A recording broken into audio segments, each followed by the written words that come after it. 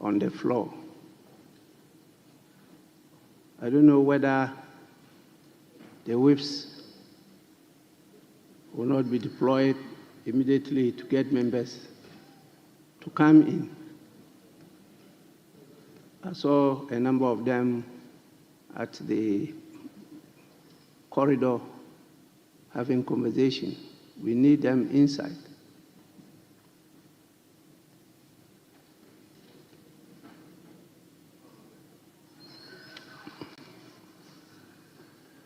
In the meantime, we'll take item 4, formal communication by the Speaker.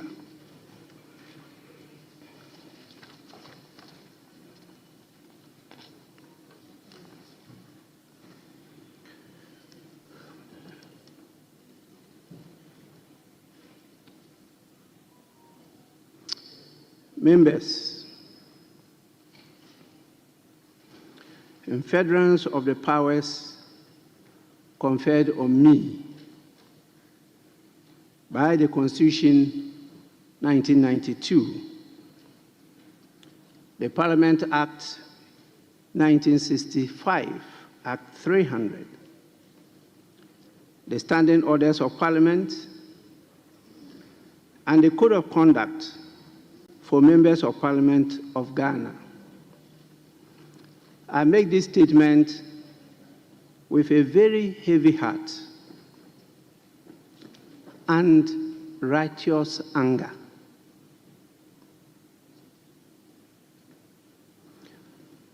I am so shocked and very scandalized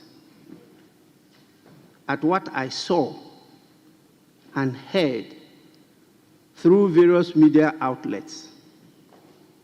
It's what happened at the sittings of the Appointments Committee yesterday, the 30th of January 2025, and this morning. Today, I read the views and reports of our brothers and sisters of the media as what took place at the first sittings of the committee. The outrage of the public and the people who represent and serve is apt and understandable. What should have been a solemn exercise in parliamentary scrutiny degenerated into an appalling display of chaos and lawlessness, bringing this House into disrepute before the entire world. What transpired was not just a gross affront to the dignity of Parliament, but also a blatant contempt of the House. This further aggravates the already existing low level of trust of Parliament and parliamentarians. I have the unfortunate burden of responding to the disgraceful and deeply regrettable events that unfolded during the Appointments Committee. Such behavior is utterly unacceptable and a direct affront to the dignity of this House. The actions of those involved have sullied the image of Parliament and also betrayed the trust of the Ghanaian people, whose expectations of leadership, decorum, and responsible conduct have been callously disregarded. The Parliament of Ghana is expected to stand as the foremost institution of democracy, entrusted with the solemn duty of upholding the principles of good governance integrity, and selfless public service. Yet, the events that transpired during the Appointments Committee hearing yesterday have gravely undermined these ideals. These incidents represent a new low in parliamentary conduct, and is particularly egregious given its timing and recurrence. It is unconscionable that members who are supposed to be leaders elected to serve as representatives of the people would engage in violent confrontations in a setting that demands the highest levels of maturity, emotional intelligence, and statesmanship. In the face of our fathers, our revered traditional leaders and spiritual leaders, our kings, our queens, our queen mothers, the apostles, and our own children, members could not even exercise a scintilla of emotional intelligence. Aged people who are sat from morning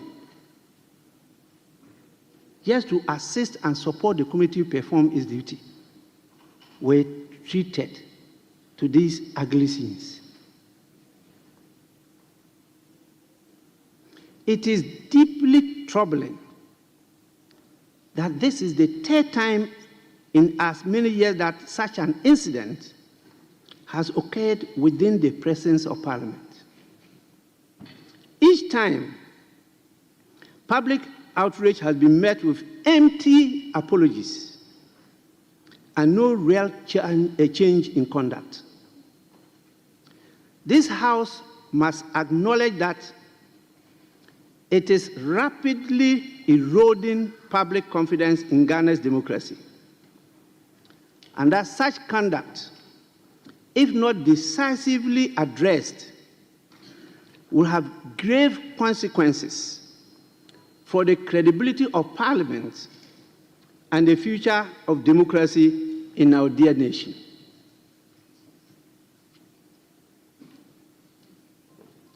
Even more alarming is the involvement of some senior members of the House and members in leadership, individuals who ought to embody the principles of leadership and discipline.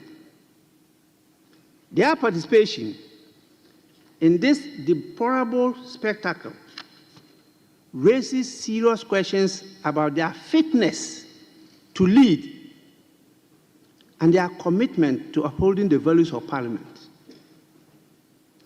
If members cannot engage in robust debate without resorting to physical aggression, then they are unfit to discharge the mandate bestowed upon them by the people of Ghana. Parliamentary privilege does not and will never extend to lawlessness.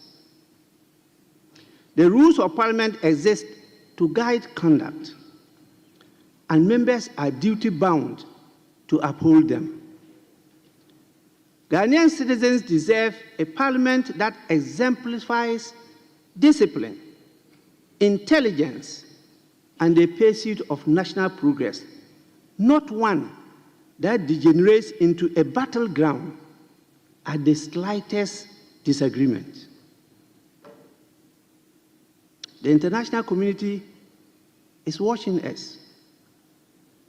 Our Speaker has received numerous calls from concerned citizens, both in Ghana and outside Ghana, from civil society organizations, from academia, and parliamentary counterparts across the world, all lamenting the disgraceful conduct of members of this House. Today, I welcome my colleague from the Parliament of Morocco. A number of them are here leading delegations to a prosperity dialogue. And they all saw what happened. The Ghana that they are proud of.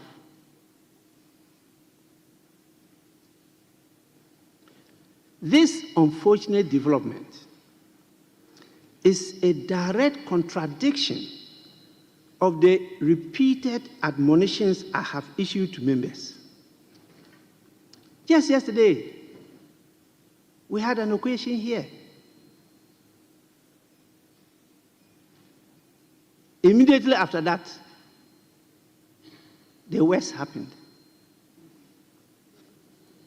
I have consistently reminded this House that respect is earned, not demanded. The manner in which members conduct themselves determines the extent to which they command the respect of the Ghanaian people.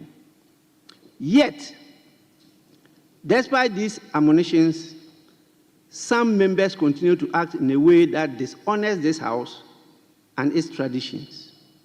This must stop. Parliament cannot continue to excuse misconduct under the guise of political disagreement. Consequently, the following emergency measures are to be taken with dispatch. 1, the circumstances of the absence of a Privileges and Immunity Committee. In that circumstance, a 7-member special committee shall be constituted under Orders 5 and 20, Rule 4, to conduct a full-scale investigation into the events of yesterday and this morning. The committee shall identify all members involved in the disorder and submit its report with findings and recommendations within 10 days from today.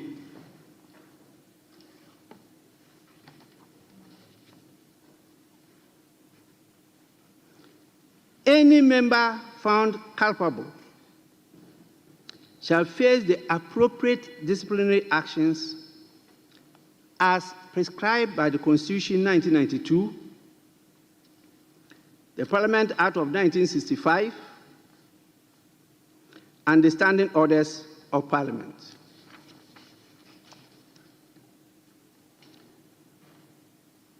This does not absolve the chairman of the Appointments Committee from performing his duty under Order 268, Rule 3, which says, and I quote, "The chairperson of a committee shall maintain order at a meeting of the committee and decide on each question of order. And A, where a member persists in disorderly conduct, the chairperson may refer the conduct of the member to the House for determination." And so I expect the chairman of the committee to also submit a report to this House. The following members shall constitute the membership of the special committee. I have not consulted any member, and this is a duty no member can fail or decline to perform. The committee is to be chaired by Honorable Emmanuel Bejra.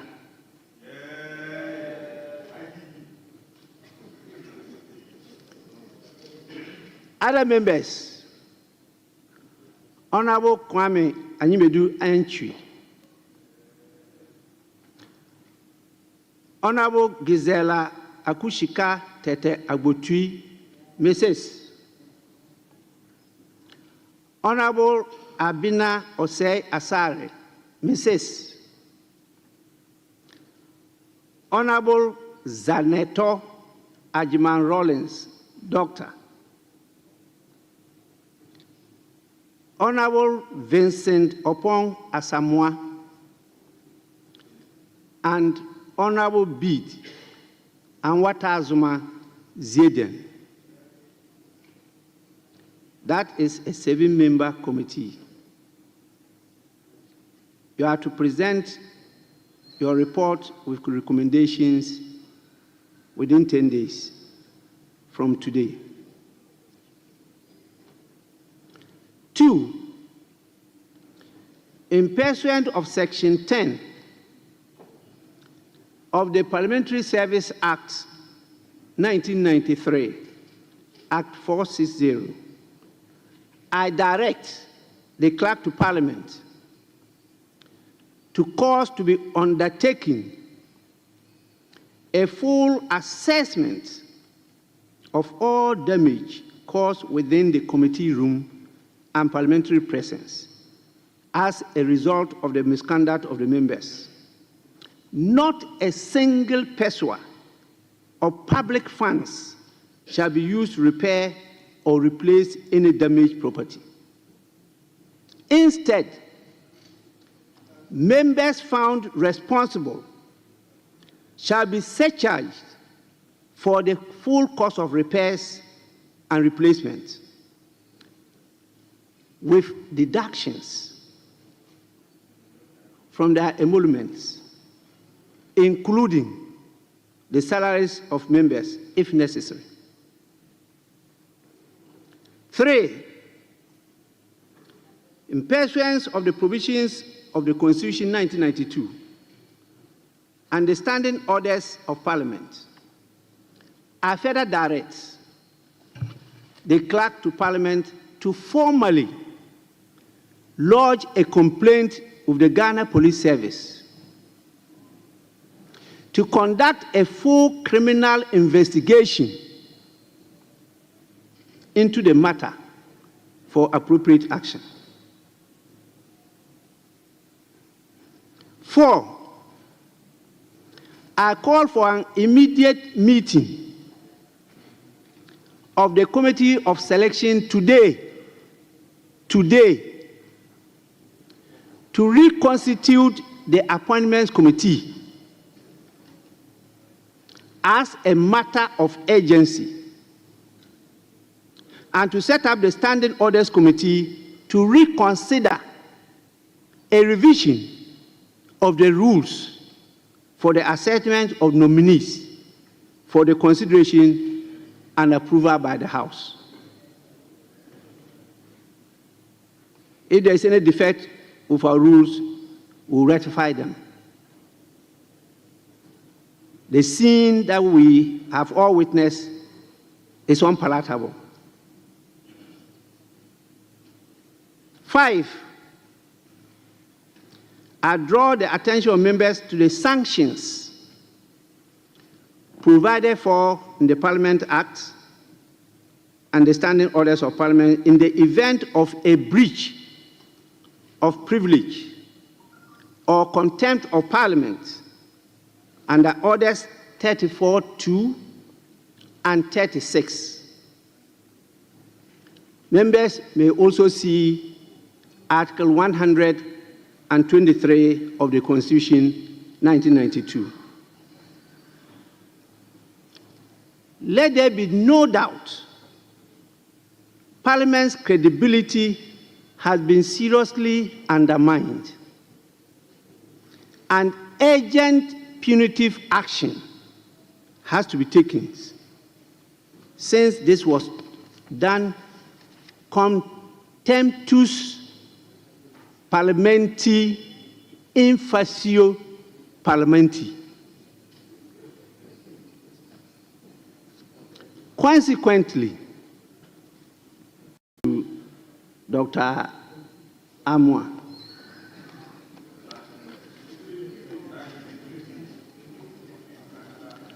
what I said is this: let there be no doubt Parliament's credibility has been seriously undermined, and urgent punitive action has to be taken.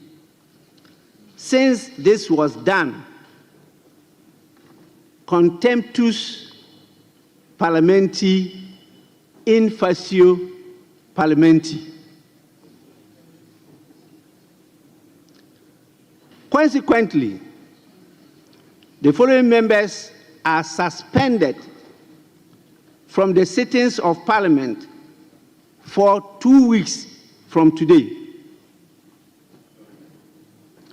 They are 1 and 2, the 2 chief whips, in the persons of Mr. Rockson-Nelson Dafeamekpor and Mr. Frank Annoh-Dompreh. 3, Mr. Alhassan Sulemana Tampuli. And 4, Mr. Ahmed Shaib.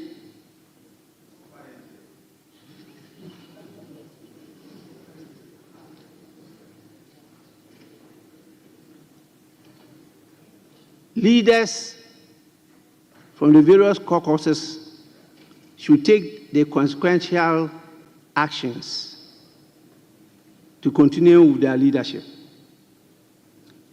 But the Marshal is hereby directed to ensure the full enforcement of this suspension in accordance with the rules of the House.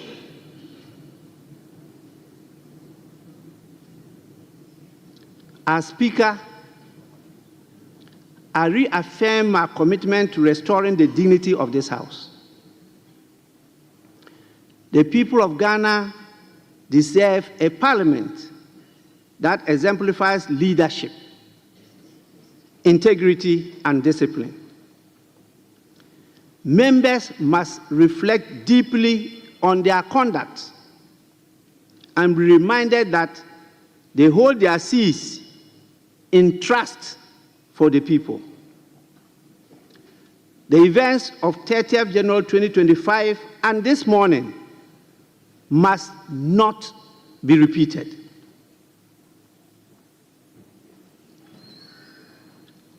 If not, the full rigors of the law will be applied. This is just the beginning. And members must know that you can be expelled as a member of Parliament by Parliament. In conclusion, I am deeply disappointed by the conduct of members involved in this shameful episode. Their actions have brought disrepute to Parliament and undermined the democratic values we have sworn to uphold. I wish to extend my sincere apologies to the Ghanaian people for this national embarrassment, and assure them that this House will not allow such an incident to recur. Parliament must and will do better. I call on all members to reflect on their actions, uphold the dignity of this institution, and recommit themselves to the principles of democracy and responsible leadership. With this, I thank all of you for your attention.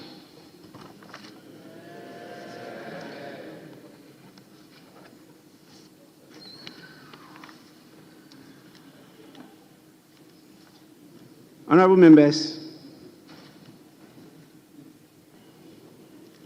other measures will be taken after the Committee of Selection has held its meeting. And as I indicated, the meeting of the Committee of Selection is today. It's being chaired by my good self. And I'm expecting members in my conference room to hold the meeting immediately I decline from this seat. May we move to item 6, business statement for the 4th week. Chairman, Business Committee.